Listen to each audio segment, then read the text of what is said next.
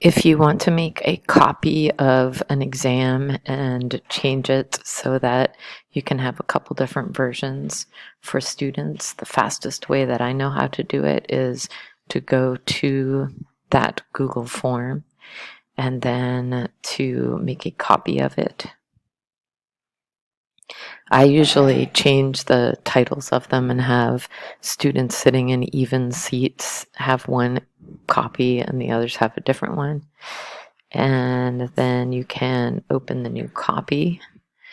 I usually change it right away so that it has a different look to it, and that helps me look around the room and know who has which one.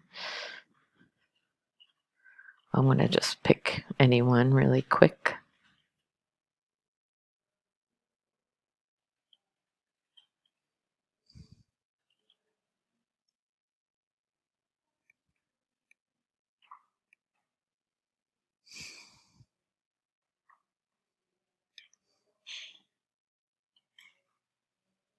And then I'm going to change this one to even because the other one is odd. And then this is the easiest part. If you have made sections, then all you have to do is go and say you want to move sections.